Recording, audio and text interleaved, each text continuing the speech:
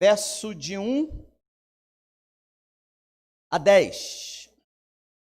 Quero dar as boas-vindas, né? Em especial para quem está conosco online, né? Que também está conosco online, né? Kelly, sua Conceição, a Érica e família, Stephanie, Cassiano, bem-vindo, Stephanie, Deus te abençoe. Conceição, Tereza, Jackson, Renata, Leila, Antônio, entre muitos outros que estão conosco no Facebook, você que também está nos assistindo pelo Instagram, que Deus te abençoe abundantemente, que você possa receber muito de Deus. Tudo que Ele tem separado no coração dele, venha hoje sobre a sua vida, sobre a sua casa, sobre os seus negócios, sobre tudo que você tem, sobre tudo que você é. Amém? Creia nisso. Livro de Marcos, capítulo 8, verso 1 em diante, se você preferir, vai estar aparecendo aí no YouTube, né, os versículos, para você não ficar folheando aí caso você esteja no celular, ou você possa assistir direto aí na televisão também, né, na sua casa. Se for Smart TV, você assiste direto. Diz assim a palavra do nosso Deus, Marcos capítulo 8, verso 1. Naqueles dias, outra vez reuniu-se uma grande multidão, visto que não tinham nada para comer.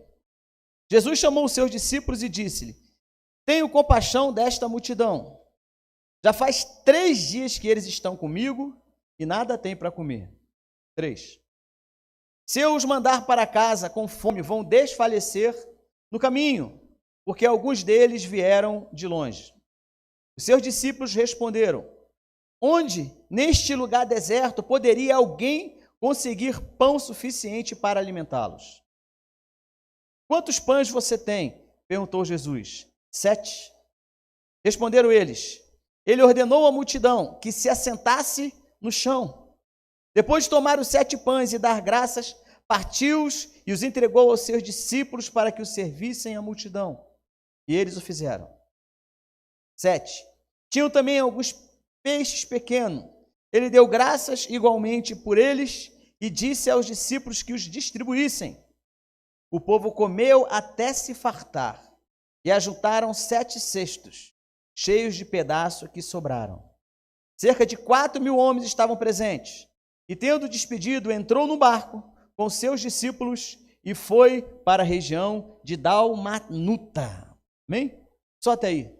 Feche seus olhos. Pai, nos colocamos mais uma vez diante da Tua presença. Nós queremos que a Tua palavra, Pai, ela nunca volta vazia.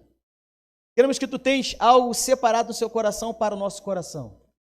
Por isso nos colocamos aos Teus pés. Pedimos, Espírito Santo de Deus, venha, fala ao nosso coração. Se revela de maneira abundante. Nos faz entender tudo aquilo que Tu tens, ó Deus, para a nossa vida. Para nos fazer ser pessoas melhores. Abençoa a nossa casa, nosso lar. Desde já, que seja repreendido toda e qualquer ação maligna que queira tampar os ouvidos, tampar o entendimento no coração, para que essa palavra não tenha, ó Deus, a ação a qual ela foi mandada. Nos assentamos aos Teus pés e pedimos a Ti, se revela a nós, em nome de Jesus. Amém. Glória a Deus, igreja. Amém. Muito obrigado por você estar aqui. Assim como quem tem se mantido fiel aí, toda terça-feira temos aí falado sobre os milagres. Temos entendido que o milagre em si é algo assim extraordinário, não tenha dúvida. Mas lembra que Jesus, ele estava formando, né, os seus 12. Ele estava formando os seus discípulos, que estaria sobre a vida deles, sobre os seus discípulos, a missão de continuar a igreja depois que Jesus ascendesse aos céus. Então, ou seja, tudo na Bíblia, todo o ensino dado na Bíblia, tudo que estava, todos os acontecimentos, podemos ser mais direto, todos os acontecimentos que ocorreram com Jesus e seus discípulos, era uma aula, era um ensino. Jesus estava preparando eles. Então, mesmo diante de todos os milagres que estavam acontecendo, Jesus estava ensinando alguma coisa aos discípulos com aquele milagre.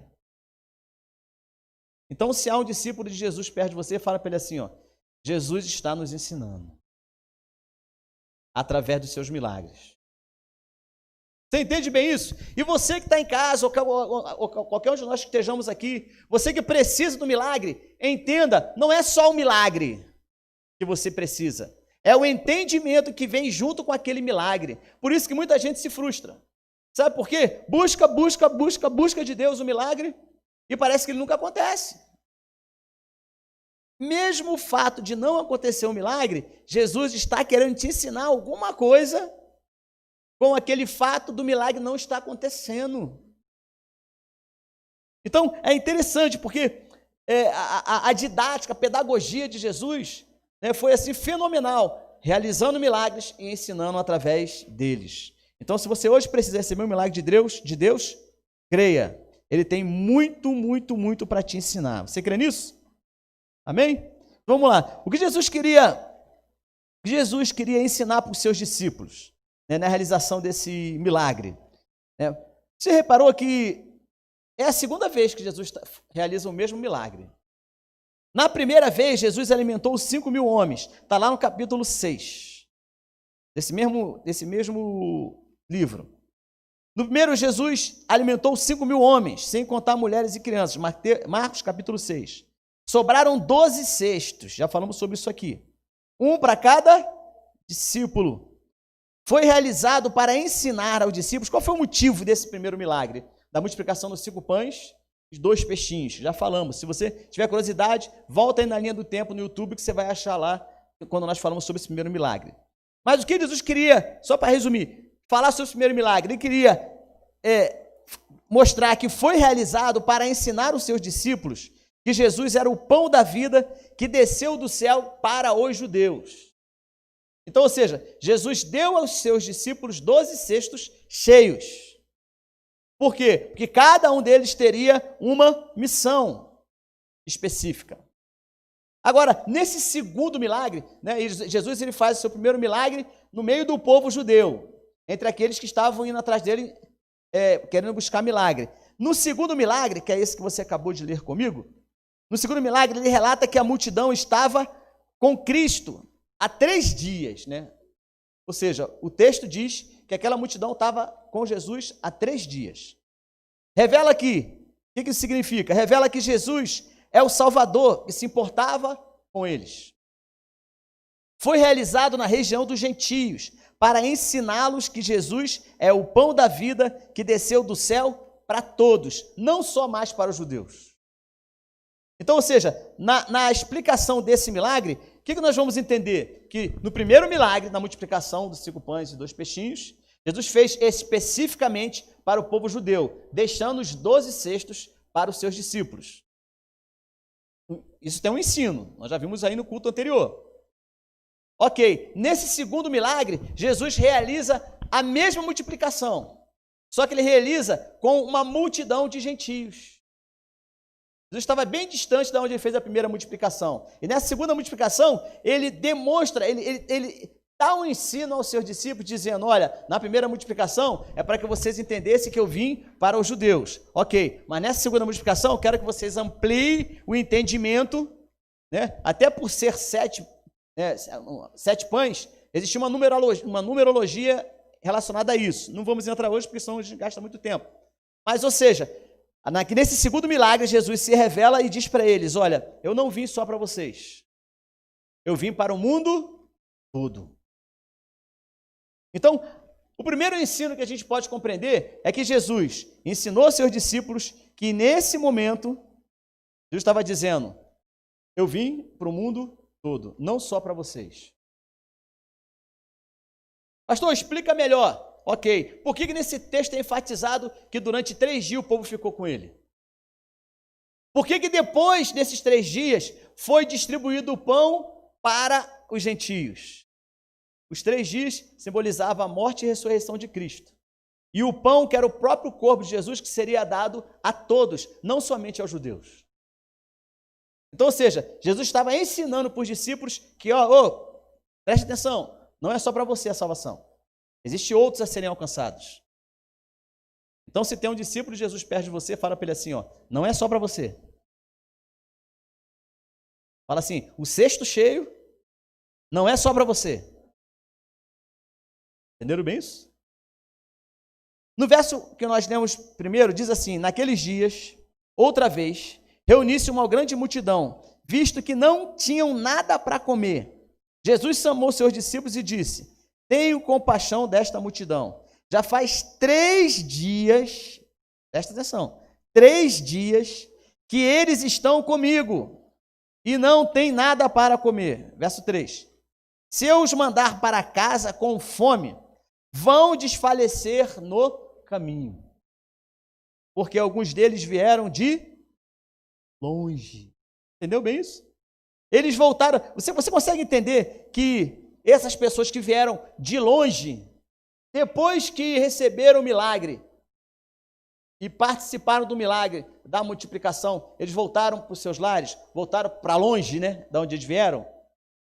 E quando eles voltaram para longe, eles voltaram testemunhando de Jesus. Por quê? Porque no primeiro milagre, na região ali, todo mundo já o conhecia, mas não tinha ninguém de longe. Aqui o texto enfatiza, eles vieram de longe. Então, depois que acabou o milagre, você vai ver nos versículos abaixo, que Jesus despediu a multidão. E cada um voltou para a sua casa. Voltaram contando os seus milagres. Voltaram contando o que Jesus tinha feito por ele. Então, por isso que foi importante essa segunda multiplicação, para que o povo entendesse, para que aqueles que estavam com ele entendessem, que mesmo depois de 3 dias, Jesus ainda saciaria a fome deles. Você entendeu bem isso? Fala assim, Deus vai te levar. Fala para o seu irmão, Deus vai te levar. Entenda assim, esse longe que se refere aqui, na aplicação prática nossa, não se refere a uma distância simplesmente física. Para nossa aplicação hoje, esse longe significa, sabe o quê? Um nível, como Pedro cantou aqui, quero ir mais fundo. Quero conhecer mais de Deus. Entendeu bem isso? O que está dizendo aqui, esse longe aqui para a gente, significa o seguinte: Deus não quer te manter em níveis superficiais de conhecimento dele. Deus quer te levar para níveis mais profundos. Então, a ação desse povo ir para longe significava o seguinte: olha, eles vão espalhar meu testemunho por onde quer que eles andem, por onde quer que eles caminhem, por onde quer que eles vivam, eles vão testemunhar desse milagre que eles acabaram de ver. Uma pergunta: quantos dias eles ficaram sem comer? Quantos dias? O desejo de aprender mais de Cristo era maior do que a fome de 3 dias. Vou repetir. O desejo daquele povo de conhecer a Cristo era maior do que a fome de 3 dias. Para pensar um pouquinho na fome de 3 dias. Já ficou sem almoçar? Né? Acabamos de sair agora de uma campanha de jejum de 21 dias. Sentimos um pouco, para aqueles que participaram de verdade mesmo, sentiram um pouco ali na pele o que é, né? Ficar sem uma refeição e tal. Agora você imagina 3 dias sem comer, 3 dias ali, se alimentando do que Cristo estava falando. Parou para pensar nisso? Você compreende que o seu principal alimento diário não é o pão com manteiga e café. Seu principal alimento diário não é o seu pratão de macarrão com frango, com o que você come aí. O seu principal alimento que vai te dar sustentação para você caminhar, sabe o que é? A palavra de Deus. Quando Jesus fala com você, a sua vida, ela é alimentada. Você compreende o ensino desse milagre? Aqui está dizendo 3 dias ouvindo Jesus, gente. Tem gente aí que for fazer jejum de café, morre. Não dou conta, pastor. Então faz de ketchup. De ketchup. Ketchup eu consigo, pastor. Você entendeu? Então, ou seja, nós estamos hoje vivendo, vou falar sobre algumas gerações, nós estamos hoje vivendo algumas gerações que são gerações que não estão dispostas a se alimentar de Cristo. Se alimenta de tudo, menos de Cristo. Para ser bem mais prático e rasgar geral. Não dorme sem zerar o WhatsApp. Mas não lê um capítulo da Bíblia. Não, vou ler um versículozinho só para, né, porque eu sou crente, então eu vou só ler ali aquele, não, tá bom, li, ai, beleza, ótimo, Deus falou comigo nesse versículo, fechou, pronto, vou dormir. Você é um discípulo de verdade, sabe como é que deve ser a sua rotina? Você deve acordar e a primeira coisa que você deve ler deve ser a Bíblia. Antes de sair do seu quarto, faça a sua oração. Tem gente que vai fazer a oração, sabe quando? Lá na hora do almoço. Aí lembra que é crente. Ih, eu sou crente, né? Eu tenho que orar aqui, né? Você entendeu? Então, o seu principal alimento precisa ser Jesus. Fala para o seu irmão aí. Seu principal alimento precisa ser Jesus. Até onde vai esse sacrifício seu por isso? Até onde vai? Você está disposto realmente a deixar Jesus ser o seu principal alimento? Sabe por quê? Existem algumas circunstâncias que é interessante. Vou falar algo aqui, eu queria que você prestasse bem atenção, eu queria que você visse onde é que você se encaixa, tá bom? Onde é que você se encaixa? Vamos lá, eu vou ler aqui.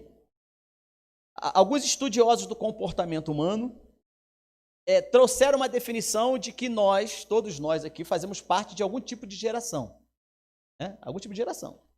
Eu vou ler algumas delas aqui. Geração X, nasceu entre os anos 60... aproximadamente entre os anos 60 e entre os anos 70. Geração X. Será que é você? Vai se vendo aí. Quem nasceu nessa geração X cresceu com um futuro hostil. Porque algumas coisas eram incertas. Um tempo de incerteza, de conflitos humanos, de várias guerras. Ou pós-guerra, né? Então, ou seja, quem nasceu nesse período dessa geração X, viveu isso. Se você nasceu entre a década de 60 e 70, você faz parte dessa geração, então pensa como é que foi a sua infância. Pensa como é que foi a sua educação. Hein? Pensa um pouquinho. Pensa um pouquinho como foi a sua disciplina, como foi a criação dos seus pais, como foi a sua criação, como seus pais cuidavam de vocês. Para pensar um pouquinho. Aí damos mais um saltozinho no tempo, chegou a geração Y. Fins dos anos 70, até ali no final dos anos 80, 90, por aí. Esse que nasceu nesse período, vamos fazer uma data assim para poder se encaixar legal. Finais dos anos 70 e começo dos anos 90. Se encaixa aí? Vai vendo aí.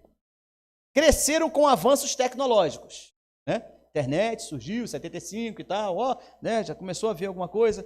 Uma prosperidade econômica, né? Os países começaram a crescer, se desenvolver, rodeado de novas facilidades oferecidas por seus pais da geração X. Entendeu? Você não quer que seu filho passe o que você passou, né? Você é a geração X. Então a geração Y que nasceu nesse período, agora vive algumas facilidades, que são facilidades geradas pelos seus pais, que não quer que você passe, seu pai não quer que você passe o que você passou. Quem é pai e mãe sabe disso, né? Ou se foi criado nesse período.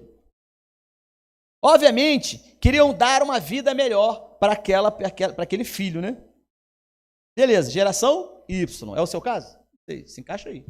Vamos lá para a geração Z, nascido entre 1990, ali, né, meado, e 2010. Olha que interessante, aproximadamente ali. Esse aí, eles são nativos digitais, né? São nativos digitais. Ou seja, eles já nasceram e já existia a internet. Virar para uma geração, né, Z e falar para ela assim, quem nasceu entre 90 e 2010? Tem alguns, né? Tem alguns. Explicar para eles que existia um mundo sem internet, eles não conseguem entender. Dizer assim, olha, quando a gente queria falar com alguém, a gente mandava uma carta, e tinha que ir no correio, botar um selo, e a carta demorava não sei quantos dias para chegar lá, não sei aonde, e tal. Era assim na geração X, né? A geração Y pegou um pouco. A geração Z já não consegue entender, pô, mundo sem internet? Nossa, se eu ficar meia hora sem internet, eu desmaio. Tem gente que é assim. Você entendeu bem isso? Agora, tem aqueles nascidos depois de 2010. Tem alguém? Além de mim? Tem alguém? Nasceu depois de 2010. Esses aí, não existe separação entre o digital e a vida real. São bombardeados com estímulos visuais, sonoros, interativos, em qualquer lugar, a qualquer momento. Os dispositivos digitais não são ferramentas essenciais. São ferramentas que não podem mais faltar.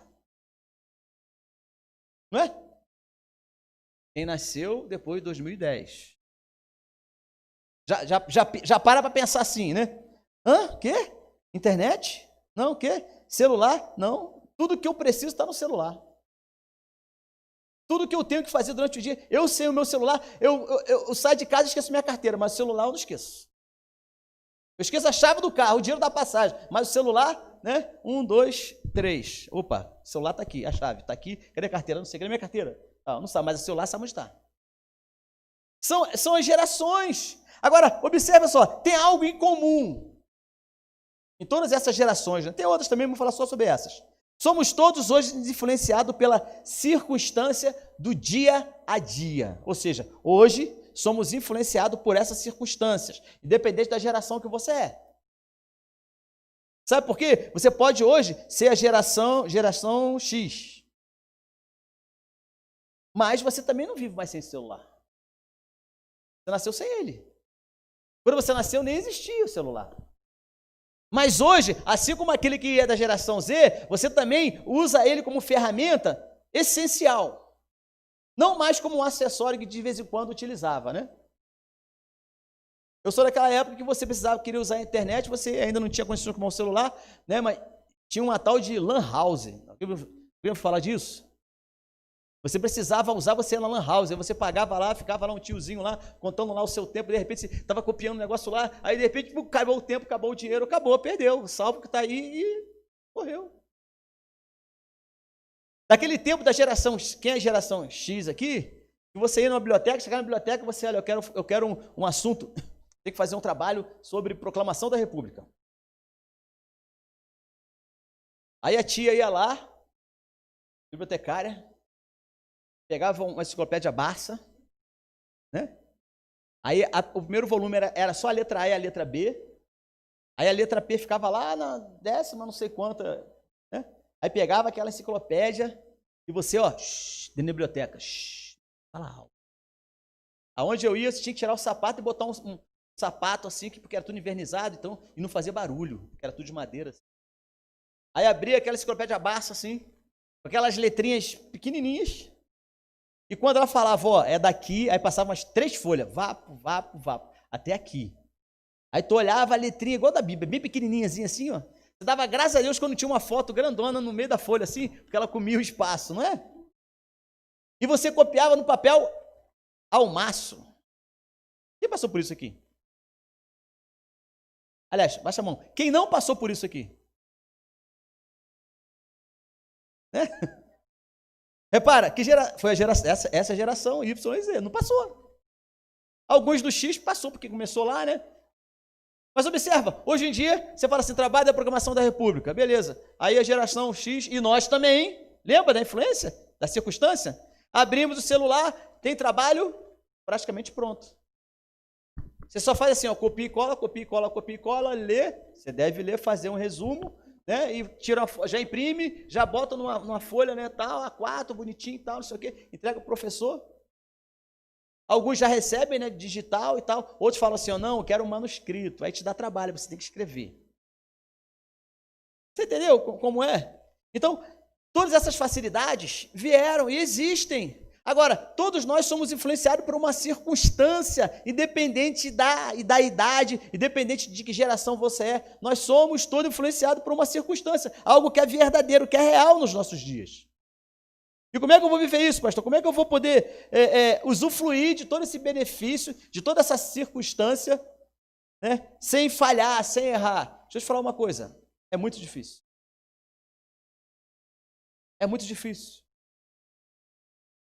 As gerações que nascem agora, esse é o nome, né?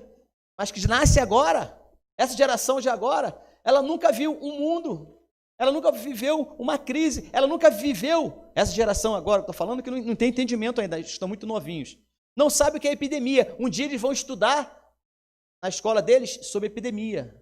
Você vai poder falar assim, ó, eu passei por uma epidemia, eu passei por um período de epidemia. Uma pandemia, né? Foi assim, foi assim, foi assim. Ou seja, as questões vão passando, as histórias vão passando, mas nós temos algo em comum. As circunstâncias, ela vai definindo, presta bem atenção, as circunstâncias, ela vai definindo o que você vai fazer, como você vai se comportar, quem vão ser os seus amigos. Nunca tivemos uma geração com tantas pessoas sem amigos. Sim ou não? Não é verdade? Pensa como é que era você brincando com seus amigos. É? Gente, espera aí, tem geração Z que nunca brincou de pular corda. Não vou perguntar aqui para não... Tem geração Z aí que nunca brincou de esconde-esconde, de sei lá. Nem sabe o que é isso. Eu falei para uma criança, veio, Mora, vamos ficar aqui brincando de a dedanha, até chegar alguém. Aí, a dedanha? Que é isso? Aí eu fiquei olhando, falei, não sabe? Você entendeu? Nova geração. Agora, fala de joguinho de internet. Fala de joguinho de celular. Bate recorde. O pior de tudo é que essas circunstâncias querem definir no que você deve acreditar. Independente de que geração você é. As circunstâncias querem definir no que você quer acreditar. Ou seja, o maligno usa as mesmas estratégias, não importa o tempo, não importa as gerações. O mal, ele usa a mesma estratégia. Observa isso no versículo 4. Os seus discípulos responderam, onde? Neste deserto. Vamos ver aqui, dá para projetar aí? Versículo 4. Olha o que diz. 4.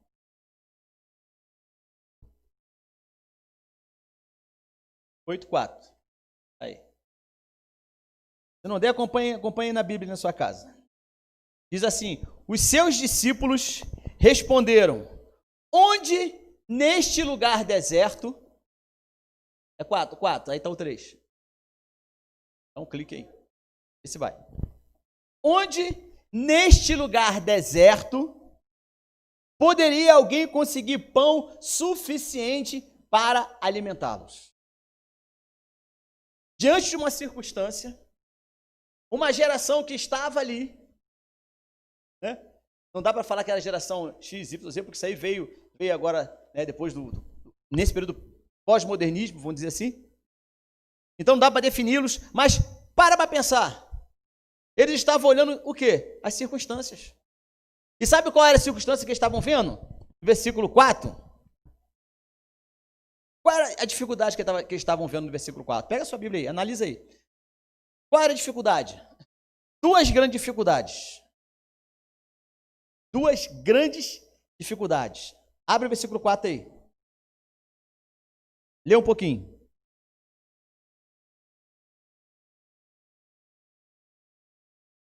Os discípulos responderam. Pode olhar aqui. Pode olhar aqui. Quais são os dois obstáculos, quais são as duas circunstâncias que eles estavam olhando aqui? Que eram impeditivas para que eles dessem o pão para aquela multidão. Você entende que primeiro era lugar deserto? Primeira circunstância, Jesus, esse lugar é deserto. Segunda, qual é? Não temos pão suficiente. Foi isso? Independente da geração que você é, X, Y, Z, alfa, independente, sempre vai haver circunstâncias que vão fazer isso aqui com você, ó, dizer que você não tem como fazer, de que você não dá conta, de que você não é capaz. Você entendeu que os discípulos falaram isso? Gente, olha só, concatena comigo o seguinte, olha aqui, olha esse versículo aqui, olha para cá, por favor, concatena comigo aqui o seguinte, esses caras aqui 2 capítulos atrás, alguns dias antes, tinham visto Jesus realizar a multiplicação do pão e do peixe. Concorda comigo? Agora, eles estão passando pela mesma circunstância. E qual é a palavra que eles falam? Jesus, aqui é deserto e nós não temos pão. Se fosse você, você olharia e falaria para Jesus assim, ó: Jesus, tranquilão. Ah, Jesus, pegadinha com a gente, né? A gente sabe que o Senhor pode multiplicar. O Senhor fez isso um dia desse aí atrás, lá com o povo judeu. O Senhor lembra? Que tinha 5 pães e 2 peixinhos? O Senhor multiplicou. Agora, aqui o que a gente tem, ó. É só o Senhor multiplicar, Jesus. Essa lição eu já aprendi. Esse ensino eu já sei. Mas foi isso que eles fizeram? Eles olharam o quê? A circunstância. Nós somos assim. Geração X, Y, Z. Somos assim. Olhamos as circunstâncias. Tem uma música antiga que fala sobre isso. Não olhe as circunstâncias. Não, não, não. Olhe o seu amor, o seu grande amor. Não me guio por vistas. Alegre estou. Música muito antiga. Só a geração X ou antes que vai se lembrar dela. Mas nós somos assim, gente. Olhamos as circunstâncias. Hoje, há uma, como é que fala? Uma configuração mental, né? Um mindset, podemos dizer assim. Uma configuração mental que diz que nós não somos capazes, que te paralisa, que te freia. E existe uma outra configuração mental, o nome é esse mesmo, mindset, que diz para você o seguinte: você é capaz, eu dou conta, eu vou conseguir. E uma outra geração que vive esse conflito mental, refreado nisso daqui, ó, nas circunstâncias. Quando olha as circunstâncias negativas, já diz assim, ó, o milagre não tem como acontecer. O que eles estão dizendo aqui, ó, o que eles estão dizendo aqui, sabe o que é? Jesus, não tem como o milagre acontecer. Configuração de mentalidade fixa. Olhando o quê? As circunstâncias. Se você deixar, você vai você vai viver a sua vida preso nas circunstâncias. Para o seu irmão assim, ó, quem se prende às circunstâncias nunca viverá o melhor de Deus no futuro. O milagre não vem, o milagre não acontece. Foi necessário Jesus chamar a atenção deles, igual um professor chama a atenção de um aluno na sala de aula, quando fala para ele assim, ó, eu já ensinei isso, já é matéria paga, você já aprendeu, não vou repetir isso. Mas como Jesus que estava ensinando os seus discípulos, e nesse capítulo, nessa história, ele queria demonstrar que o pão, o corpo dele era para toda a humanidade, então ele estava ensinando algo novo aos seus discípulos. Mas olha só, a matéria anterior, eles ficaram reprovados. Por quê? Porque viram o milagre de Jesus e agora estavam presos nas circunstâncias, achando que Jesus não poderia fazer mais nada. Manda eles embora. Nós somos assim. Nós somos assim com a nossa vida ministerial. Nós somos assim com as nossas equipes. Nós somos assim com as nossas células. Nós somos assim com a nossa saúde. Nós somos assim no nosso casamento. Nós somos assim com a nossa família, com o seu novo emprego. Nós somos assim. Se você vai fazer um concurso público, quantas vagas você precisa? Uma. Mas aquele que é preso à circunstância, olha assim e fala assim, nossa, é muita gente, não vou nem fazer inscrição, porque olha a quantidade de pessoas para concorrer. 30 vagas para uma, 30 pessoas para concorrer uma vaga. Ixi, está muito difícil, não dou conta não. Está olhando o quê? As circunstâncias. Agora, olha que interessante, independente da geração que você é, X, Y, Z, H, O, sei lá, alfa. É ou não é? Hoje, nós temos uma geração alfa, que nasceu depois de 2010, que hoje está com 7 anos. Daqui a 10 anos estão entrando na faculdade. Sabe quem vai dar aula para eles? A geração Y. Porque hoje quem está dando aula é a geração X. Então hoje a geração X tem que, suar a camisa, sabe para quê? Para ter uma linguagem jovem, para falar para eles, para que eles entendam. Porque eles estão hoje acostumados, sabe com o quê? 15 segundos de TikTok. É ou não é? Folheia assim, TikTok assim, aos baldes assim, o dia todo. Mas se ele tiver que parar,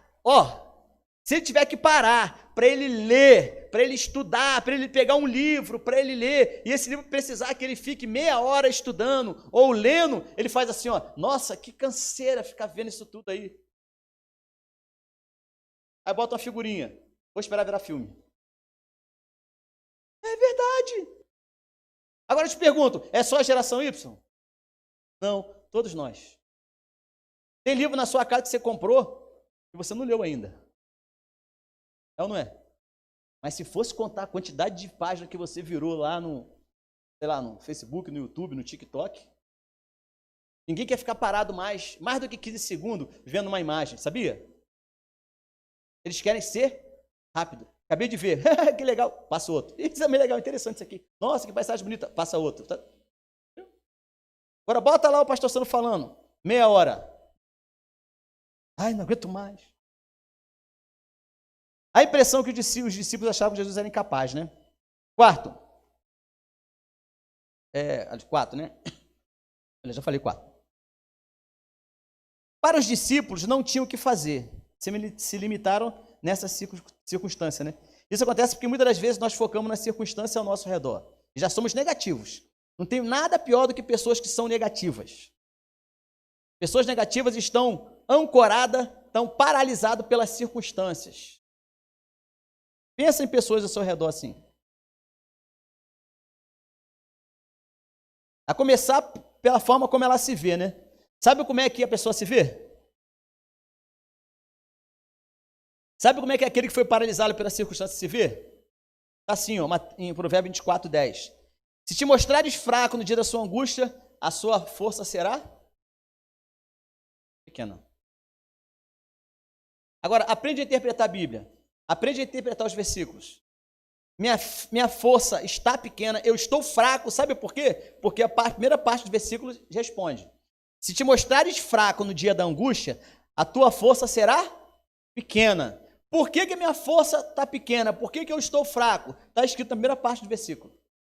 Porque você se mostra fraco devido às circunstâncias. Fala para o seu irmão, não entregue o governo da sua vida para as circunstâncias. Vocês lembram de Davi com Golias? Você lembra daquele exército todo? Lembra? Lembra Golias? Lembra dessa cena? Né? Deve ter ouvido essa história. O exército todo assim, Golias na frente assim, ó. Tem homem não? Gente, ele estava desafiando um outro exército. Quem é que veio beirando lá assim? Davi. Aí pergunta para os seus irmãos, não é? O que esse cara está falando aí? Não, ele está falando que não tem homem aqui, Davi. Não se mexe nisso não, você é muito pequeno. Você não tenta isso não, volta lá, volta para casa. Esse cara é maluco, velho. Ele está desafiando o exército de Deus vivo. Eu vou lá guerrear contra ele. Foi lá e matou o gigante. Aí depois pega a cabeça dele assim, ó. Aqui, matei o cara, ó. Enquanto todo o exército, todos os guerreiros, todos os fortes, hein? Tá lembrando disso? Todos aqueles que guerreavam, estavam olhando para o Golias e falando o quê? Vou lá não, velho. Estavam olhando as circunstâncias. Davi chegou como? Não importa qual for a circunstância. Eu sei o Deus que eu sirvo. E eu mato esse cara aí. Entendeu como nós somos? Diga bem forte, eu não sou aquilo que as circunstâncias querem me definir. De novo, eu não sou aquilo que as pessoas dizem de mim. Eu sou tudo aquilo que a palavra diz que eu sou. Você entende isso?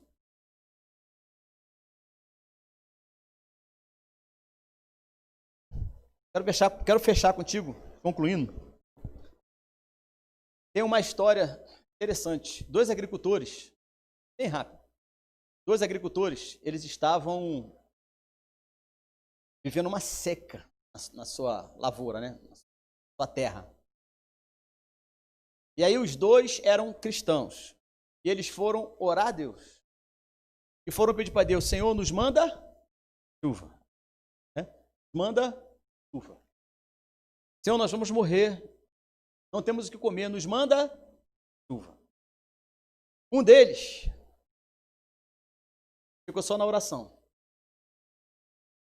O outro, com um pouquinho de água que tinha restado, ele foi botando as sementes, com um pouquinho de água que tinha restado, ele foi botando as sementes e foi botando um pouquinho de água em cima de cada semente.